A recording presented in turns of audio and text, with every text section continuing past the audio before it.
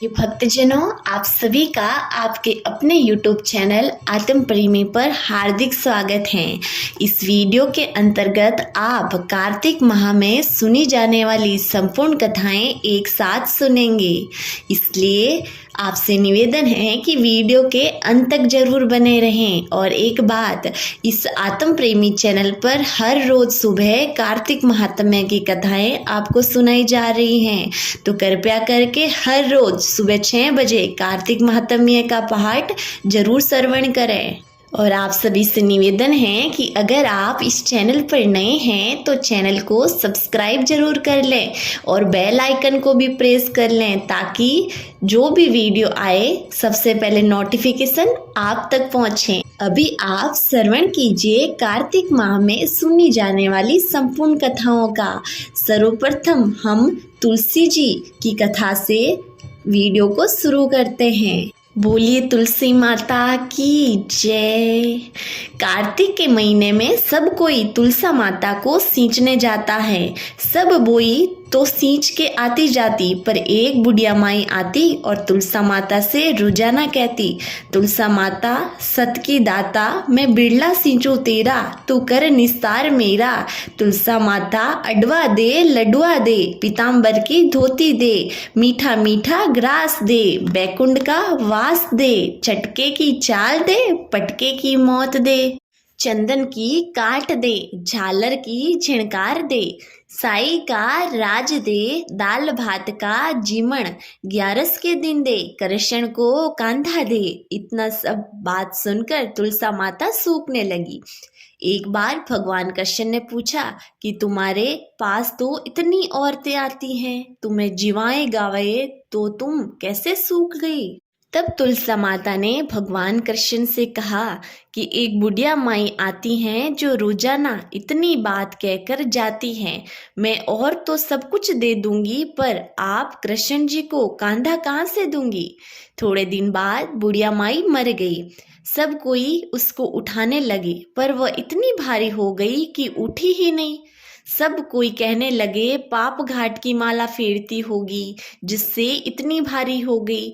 भगवान बूढ़े ब्राह्मण का रूप धारण करके आए। सबसे पूछने लगे कि इतनी भीड़ क्यों हो रही है? सब बोले एक बुढ़िया मर गई है, पापनी थी इसलिए किसी से नहीं उठती है। जब भगवान बोले कि इसके कान में मुझे एक बात कहने दो तो ये उठकर जाएगी, सबने कहा कि तू भी मन की निकाल ले। भगवान ने जाकर उसके कान में कहा, बुढ़िया माई तू बिरला सींचे मेरा, मैं करूँ निस्तारा तेरा। बुढ़िया माई अडवा ले गहुआ ले, पीताम्बर की धोती ले, मीठा मीठा घास ले, बैंकुट का वास ले, चटके की चाल ले, पटके की मौत ले, चंदन की काठ ले, झालर का चिनकार ले, साईं का राज ले, दाल भात का जीमन ले, कृष्ण का कांधा ले। इतना सुनते ही बुढ़िया माई हल्की हो गई। भगवान कंधे पर ले गए। बुढ़िया माई की मुक्ति हो गई। हे तुलसा माता, जैसे बुढ़िया माई की मुक्ति करी ऐसी हमारी करिए, जैसे उनको कांधा दिया वैसे सबको दे। बोलिए तुलसी माता की जय। प्रिय भक्तजनों, अब श्रवण कीजिए पीपल पथवारी की कथा। एक बुढ़िया थी, उसने अपनी बहू से कहा तू दूध दही बेच के आ। वह बेचने गई तो रास्ते में औरतें पीपल पथवारी सींच रही थी। उनको सींचता देख बहू ने पूछा कि तुम क्या कर रही हो? औरतें बोली कि हम पीपल पथवारी सींच रहे हैं, इससे अन्न का धन होता है, 12 वर्ष का बिछुड़ा हुआ पति मिल जाता है। बहू बोली ऐसी बात है तो तुम पानी से सींचती हो, तो मैं तो दूध से सींचूंगी। गुजरी बहू रोजाना दूध दही बेचने नहीं जाती, वह रोजाना दूध तो पीपल में दही पतवारी में सींचती। सास दूध दही का दाम मांगती तो कह देती महीना पूरा हो जाने पर दूंगी। कार्तिक का महीना पूरा हो गया। पूनों के दिन बहू पीपल पतवारी के पास जाकर बैठ गई। बहू बोली कि सासू दूध दही का दाम मांगेगी। पीपल पतवारी बोली कि मेरे पास क्या दाम रखा है, ये भरा डींडा पान पतुरा है, इसको ले जा। बहू ने वही ले जाकर कोठरी में रख दिया और डर के मारे ओढ़कर सो गई।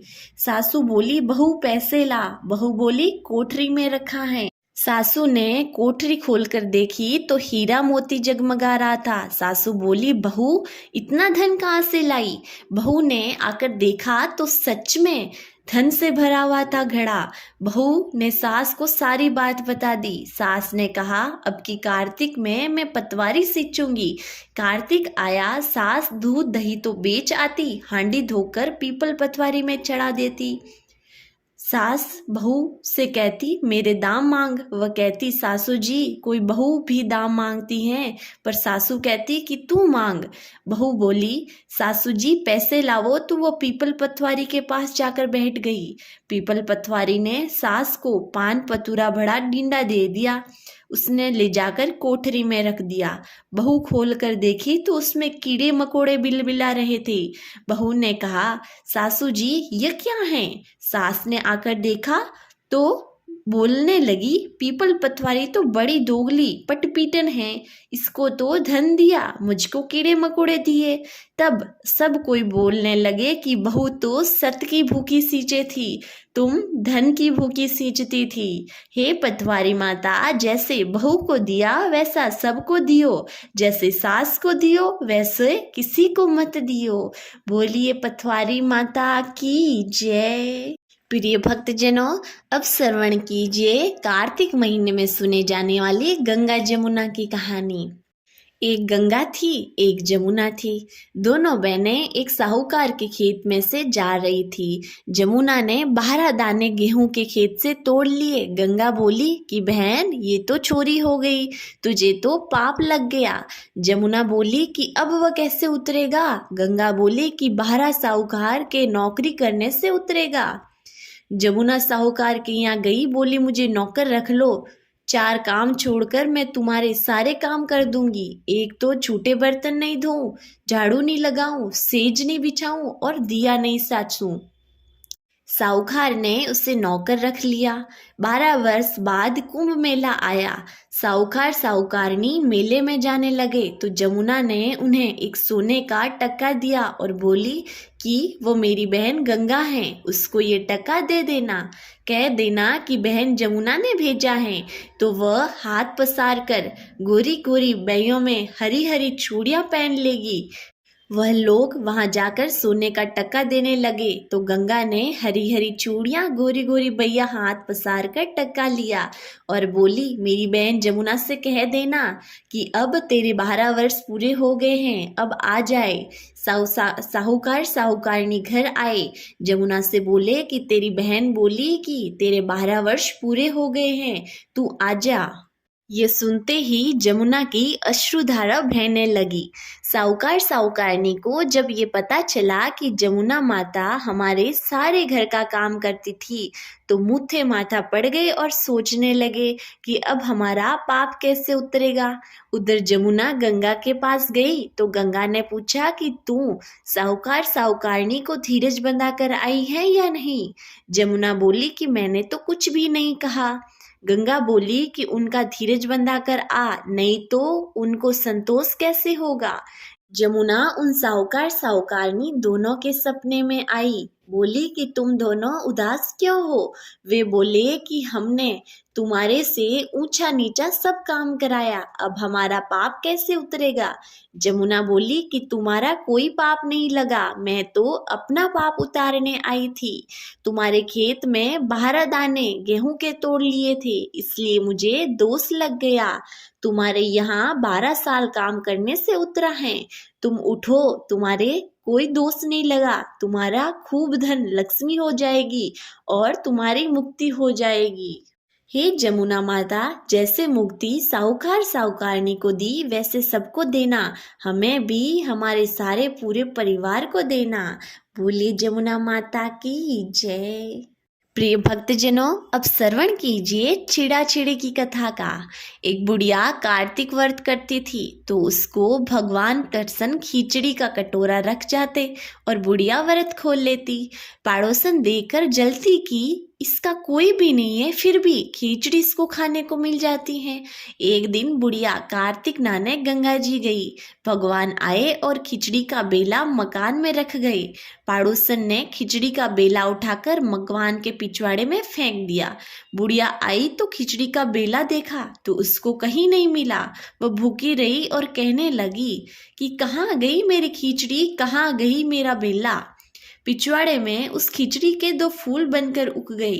एक दिन राजा शिकार खेलने गए तो बुढ़िया के घर के बाहर से जा रहे थे तो उनको वह फूल दिखाई देता है। राजा फूल तोड़कर ले गए। रानी ने फूल देखकर सूंघे तो रानी को गर्भ रह गया। राजा रानी की कोई संतान नहीं थी। फूल सूंघने से रानी के 2 लड़के पैदा हुए। वह लड़के बड़े होने पर बच्चे किसी से भी बोलते नहीं थे। दोनों लड़के शिकार खेलते जाते तो रास्ते में बुढ़िया मिलती।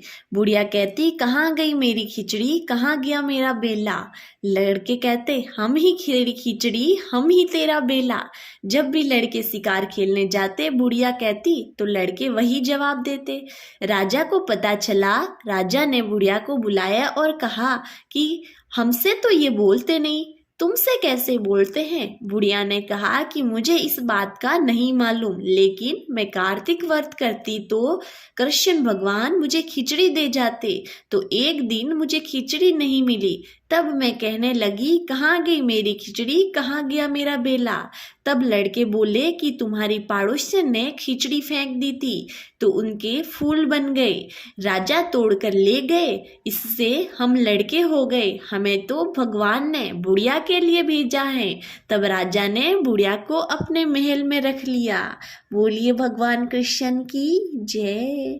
प्रिय भक्तजनों, अब श्रवण कीजिए नगर बसेरे की कथा का। एक जाट था और एक भाट था। दोनों दोस्त थे। जाट चला बहन के और भाट चला सासरे। रास्ते में कुएं की पाल पर दोनों बैठ गए। जाट बोला नगर बसेरा कर ले। भाट का बोला कि मैं तो सासरे जा रहा हूँ, खूब खातिर होगी, इसलिए तू कर।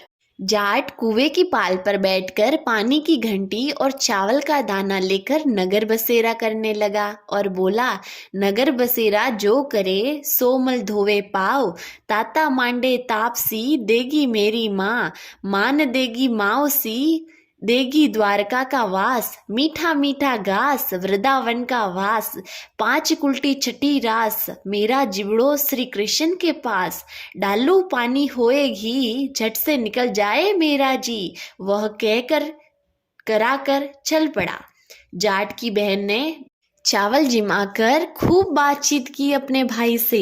भाट जब अपने सासरे पहुंचा तो वहां आग लगी पाई। बुझाते बुझाते राख उठते उठते हाथ भी काला, मुंह भी काला, रोटी पानी भी काला। पड़ोसन आई बोली जवाई आया, उसकी भी पूछ कर लो। सास बोली क्या करूं, मेरा टापड़ा फूपता चला आया है।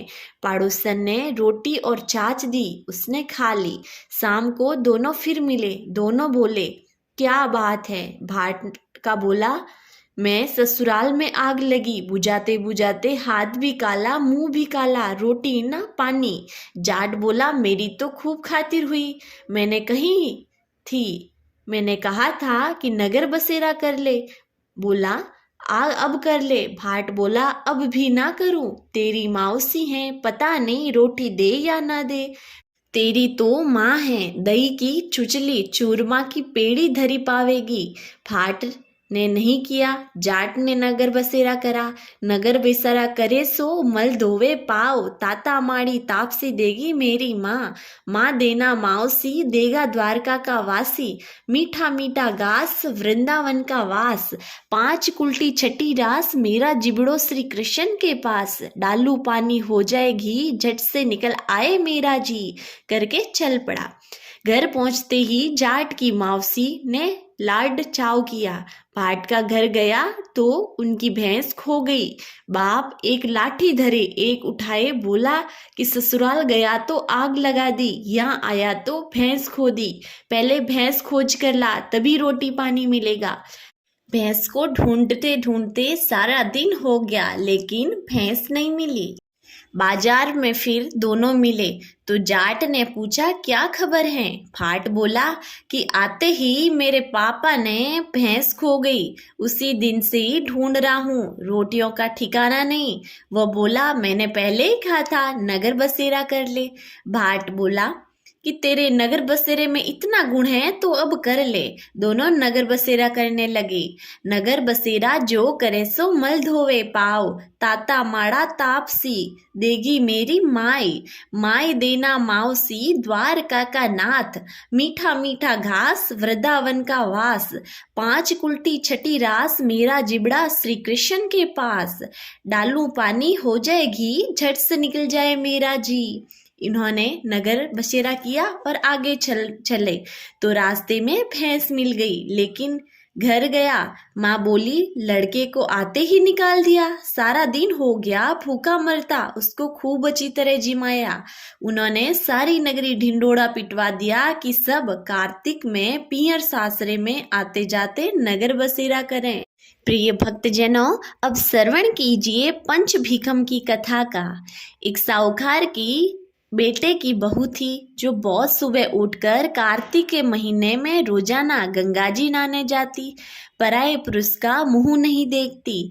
एक राजा का लड़का था, जब भी रोजाना गंगा नहाने जाता और सोचता कि मैं इतनी सुबह नहाने जाता हूँ तो भी मेरे से पहले कोई नहा लेता है। 5 दिन कार्तिक के रह गए। उस दिन साहूकार की बहू तो नहाकर जा रही थी। राजा का बेटा आ गया। वह साहूकार के बेटे की बहू जल्दी जल्दी जाने लगी तो उसकी माला मोचड़ी टूट गई। राजा आया, उसने देखा माला मोचड़ी इतनी सुंदर है तो इसे पहनने वाली कितनी सुंदर होगी। सारी नगरी में राजा ने हेलो फिरा दिया कि जिसकी ये माला मोचड़ी है वो मेरे पास 5 दिन आएगी, तब मैं उसका माला मोचड़ी दूंगा। साहूकार के बेटे की बहू ने कहलवाया कि मैं 5 दिन आऊंगी, पर किसी को साख भरने के लिए बैठा दियो। राजा ने गंगा जी पर बिछावन करके एक तोते को पिंजरे में टांग कर रख दिया। वह सुबह आई, पहली पेड़ी पर पैर रख बोली, हे कातक ठाकुर, राय दामोदर, पांचू पांडु, छठो नारायण, भीषम राजा, उस पापी को नींद आ जाए, मैं सत की हूँ, मेरा सत रखना। राजा को नींद आ गई और वह नहा धोकर जाने लगी तो तोते से बोली कि सुआ सुआ सोटा गल घालूंगी, हार साक भरिए मेरा वीरा। सुआ बोला कि कोई वीर भी साग भर सकता है। तब वह बोली कि सुआ सुआ सुबटा पग घोड़ूंगी, नेवर साग भरिए मेरा देवर। सुआ ने कहा, अच्छा भाभी, मैं साग भरूंगा। वह तो कहकर चली गई। राजा हड़बड़ाकर उठा, सुआ से पूछा कि सुआ सुआ वह आई थी, कैसी थी? सुआ बोला, आभा की सी बिजनी, होली सी छल, केला की सी कामनी, गुलाब का सा रंग। राजा ने सोचा कि कल मैं अपनी उंगली चीर के बैठ जाऊंगा तो नींद नहीं आएगी। दूसरे दिन उंगली चीर के बैठ गया राजा। वह आई, उसने वैसी ही प्रार्थना की। उस राजा को नींद आ गई। नहा के जाने लगी तो सुआ ने साग भरा दी। राजा ने उठते ही सुआ से पूछा तो सुआ ने कल के जैसा ही जवाब दिया। उसने सोचा कल तो मैं आंख में मिर्च डाल के बैठ जाऊंगा। तीसरे दिन आंख में मिर्च डालकर बैठ गया राजा। सारी रात हाय हाय करके बिताई। वह आई, उसने वैसे ही प्रार्थना की और राजा को नींद आ गई। नहा के सुआ से साग भरा के चली गई। राजा ने सोचा कि कल मैं कांटों की सेज बिछाकर बैठूंगा। चौथे दिन वह कांटों की सेज बैठाकर हाय हाय करता रहा, पर जब वह आई तो उसको नींद आ गई। उसने सुआ से साग भरा ली और कहा कि उस पापी को कह दियो मेरे 5 दिन पूरे हो गए हैं, अब मेरी माला मोचड़ी को मेरे घर भेज दे। राजा ने सुआ से पूछा कि वह आई थी क्या? सुआ बोला, आई थी, अपनी माला मोचड़ी मंगाई है, थोड़े दिन बाद राजा के कोढ़ निकल आया, त्राई त्राई पुकारने लगा। ब्राह्मण को बुलाकर पूछा कि सारे शरीर में जलन कैसे लग रही है। ब्राह्मण बोला कि यह कोई पतिव्रता स्त्री का पाप धरा है जिससे लगी है। राजा ने पूछा कि अब कैसे ठीक होगी। ब्राह्मण बोला कि तुम उसको धर्म की बहन बनाओ और उसके नहाए हुए जल से नहाओ तो तुम्हारा जलन कोढ़ ठीक होगा। राजा माला मोचड़ी लेकर उसके घर गया और साहूकार से बोला कि ये तेरी बहू गंगा पर भूल गई थी, ये उसे दे देना और कह देना कि अपने नहाए हुए जल से मुझे नहला दे। साहूकार बोला कि वह तो पराये पुरुष का मुंह नहीं देखती, तू इस नाली के नीचे बैठ जा, वह नहाएगी तो तेरे ऊपर पानी पड़ जाएगा। राजा नाली के नीचे बैठ गया, वह नहाया, जल घिरने से उसकी काया कंचन सी हो गई। हे पंचभिकु देवता, जैसे साहूकार की बहू का सत रखा ऐसा सबका रखियो, कहते सुनते का हुंकारा हमारे सारे परिवार को रखियो। प्रेम से बोलिए पंचभिकु देवता की जय। एक ब्राह्मण ब्राह्मणी थे, 7 कोस गंगा जमुना नहाने जाया करते थे। ब्राह्मणी बहुत थक जाती थी। एक दिन बोली, कोई बेटा होता तो बहू आती, घर में खाना बना हुआ मिलता, कपड़े धुले हुए मिलते। ब्राह्मण बोला, तूने बड़ी बात कही है, लो मैं तेरे लिए बहू लाता हूँ। एक पोटली में चुन बांध दे, उसमें थोड़ी सी मोहर अशरफी डाल दे। उसने पोटली बांध दी, ब्राह्मण चल दिया। कुछ दूर पर जमुना जी के किनारे लड़कियां अपने अपने मिट्टी के घर बनाकर खेल रही थी। उसमें से एक बोली, मैं तो अपना घर नहीं बिगाड़ती, मुझे तो रहने को चाहिएगा। ब्राह्मण को वही लड़की मन भा गई। अपने मन में सोचने लगा, यही एक समझदार से लड़की है। वह उसके पीछे पीछे हो लिया। जब वह घर पहुंची तो बोला, बेटी मैं भूखा हूँ, अपनी माँ से पूछ ले, मेरी 4 रोटी पो देगी क्या? कार्तिक का महीना है, किसी के घर की रोटी नहीं खाता, मेरे पास ये चुन है, अपनी माँ को दे दियो और अपनी माँ से कह दियो कि चुन छान लेगी। लड़की बोली, अच्छी बात है बाबा। उसने अपनी माँ से कहा कि बाहर बाबा बैठा है, उसकी रोटी बना दो और आटा छान लेना। उसने आटा छाना, उसमें मोहर अशरफी निकली। वह बोली, जिसके आटे में इतनी मोहर अशरफी है उसके घर में कितनी होगी। जब बाबा रोटी खाने बैठा तो उसकी माँ बोली, बाबा तुम लड़के की सगाई करने जा रहे हो क्या? बाबा कहने लगा, मेरा लड़का तो काशी जी पढ़ने गया हुआ है, अगर तुम कहो तो खंडे कठारे से तुम्हारी लड़की को ब्याह कर ले जाऊं। अच्छी बात है बाबा, वो ब्याह कर लेगा, आएगा तब। आकर बोला, रामू की माँ किवाड़ खोल देख, मैं तेरे लिए बहू लाया हूँ। बुढ़िया बोली, दुनिया तो बोली मारे, तू भी बोल मार दे, हमारे तो 7 जन्म भी बेटा नहीं हुआ है, बहू कहाँ से आएगी? तू किवाड़ खोल। उसने किवाड़ खोला, देखा सामने बहू खड़ी है। सास आदर सत्कार से बहू को अंदर ले आया। बूढ़े बुढ़िया नहाने जाते, बहू सारा काम करती, खाना बनाती, कपड़े धोती, रात को उनके पाँव दबाती। इस तरह बहुत समय निकल गया। सास बोली, बहू चूल्हे की आंच न बुझने दियो, मटके का पानी न खत्म होने दियो। एक दिन चूल्हे की आंच बुझ गई। बहू भागी भागी पड़ोस में गई, बोली, पड़ोसन मुझे थोड़ी सी आंच दे दो, मेरे चूल्हे की आंच बुझ गई है। मेरे सास ससुर आते ही होंगे, सुबह 4 बजे के गंगा जमुना नहाने गए हुए हैं। पड़ोसन ने कहा, तू तो बावली है, तुझे तो ये यूं ही उठा कर ले आए हैं, इनके 7 जन्म भी कोई बेटा नहीं है। बहू बोली, ना, इनके बेटा तो काशी जी पढ़ने गया है। पड़ोसन बोली, ना, झूठ बोला है। बोली, मैं अब क्या करूं? उसने कहा, जली फूकी रोटी कर दे, अलूनी दाल दे, खीर की कड़ची दाल में, दाल की कड़ची खीर में कर दे। उसको पड़ोसन की सीख लग गई, उसने ऐसा ही किया। सास ससुर आए, आज न तो आदर सत्कार किया, न ही उनके कपड़े लिए। खाना लगा दिया। सासू बोली, बहू ये क्या है? ये तो चली फूकी रोटी है, अलूनी दाल है। खा लो सासू जी, तुम एक दिन खा लोगी तो कुछ ना होगा, मुझे तो जीवन भर अलूनी रहना है। सासू बोली, बहू को तो पड़ोस की सीख लग गई। बहू रात को तो सो गई, सुबह भागी भागी पड़ोस में गई। बोली, अब क्या करूं? बोली, सातों कोठों की चाबी मांग ले। जब सासू जाने लगी तो बहू आगे अड़कर खड़ी हो गई। बोली, बाद में जाना, पहले मुझे सातों कोठों की चाबी दे दो। ससुर बोला, चाबी दे दो, आज भी इसका कल भी इसका, हमारा क्या है? आज मरे कल दूसरा दिन। पीछे से बहू ने कोटे खोले, देखा तो किसी में अन्न, किसी में धन, किसी में बर्तन, किसी में कपड़े के अटूट भंडार पड़े हैं। सातवां कोटा खोल देखा तो उसमें गणेश, लक्ष्मी, पीपल, पथवारी, कार्तिक के ठाकुर राही, दामोदर तुलसी जी का बिरला 36 करोड़ देवी देवता विराजमान हैं। गंगा जमुना बह रही हैं। तिलक चापे लगाए चौकी पर बैठा एक लड़का माला जप रहा है। बोली, तू कौन है? वो लड़का बोला, मैं तेरा पति हूँ, किवाड़ बंद कर दे, मेरे माँ बाप आएंगे जब खोलियो।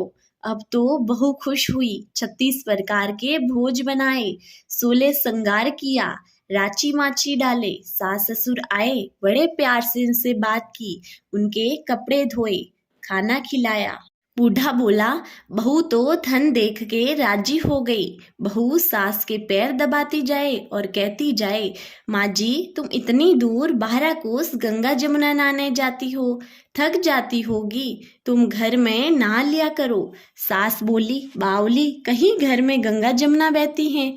बहू बोली, हाँ जी माँ जी, चलो मैं दिखाती हूँ। उसने सातवां खोल के दिखाया, उसमें गणेश, लक्ष्मी, पीपल, पथवारी, तुलसा, कार्तिक के ठाकुर, राई, दामोदर, शिव, पार्वती, 36 करोड़ देवी देवता विराजमान हैं। गंगा जमुना बह रही हैं। तिलक छापे लगाए चौकी पर बैठे लड़का माला जप रहा है। माँ बोली, तू कौन? बोला, माँ मैं तेरा बेटा हूँ, तू कहाँ से आया है? मुझे तो कार्तिक देवता ने भेजा है।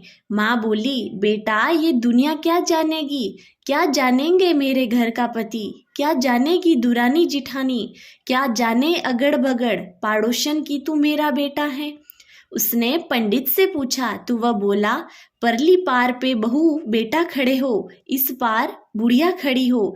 चाम की अंगिया बहते हुए छाती में से दूध की धार निकले, बेटों की दाढ़ी मुंह भींगे, पवन से गठजोड़ा बंधे तो सब जाने ये बुढ़िया का बेटा है।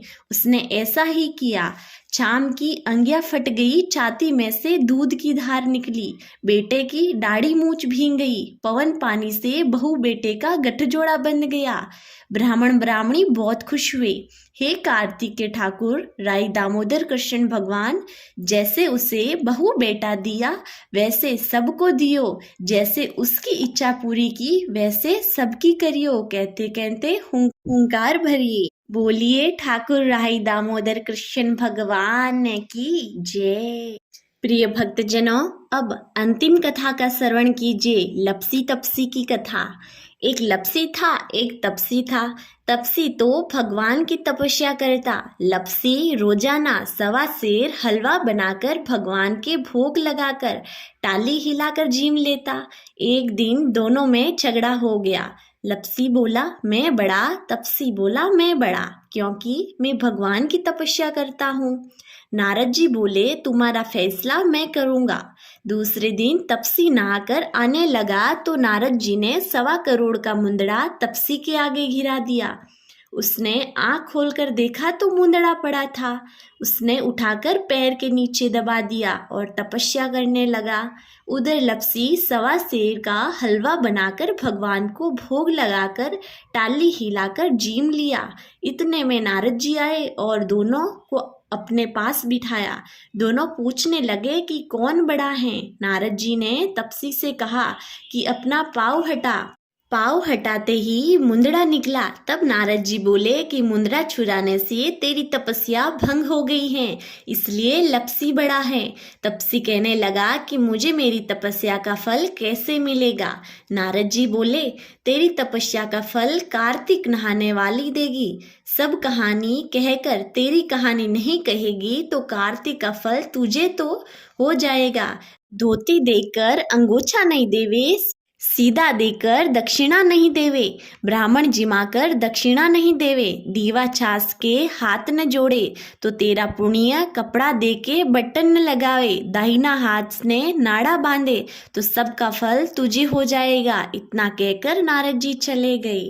प्रिय भक्तजनों, ये थी संपूर्ण कार्तिक मास की पौराणिक कथाएं, जो कि कार्तिक मास में सभी भक्तजनों के द्वारा सुनी जाती हैं। मुझे पूरी उम्मीद है कि आपने पूरे मन से इन कहानियों का श्रवण किया है और इस चैनल पर हर रोज सुबह कार्तिक महात्म्य की कथाएं भी सुनाई जाती हैं, जो कार्तिक मास में अवश्य ही भक्तजनों को सुननी चाहिए। आपसे निवेदन है कि कार्तिक महात्म्य की कथाओं का श्रवण भी अवश्य कीजिएगा और इस चैनल को सब्सक्राइब करना मत भूलिएगा। चैनल को सब्सक्राइब कीजिए और बेल आइकन प्रेस कर दीजिए ताकि हर आने वाली वीडियो सबसे पहले आप तक पहुंचे और कार्तिक महात्म्य की कथाएं हर रोज सुनिएगा।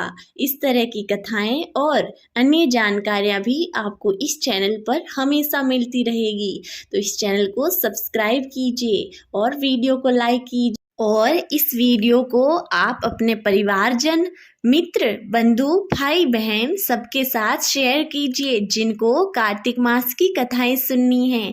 और हाँ, कमेंट में अगर आपको कथाएं बहुत पसंद आई हैं तो कमेंट जरूर कीजिए कि आपको कथा कैसी लगी है। मिलते हैं अगली वीडियो में, तब तक के लिए जय महाकाल।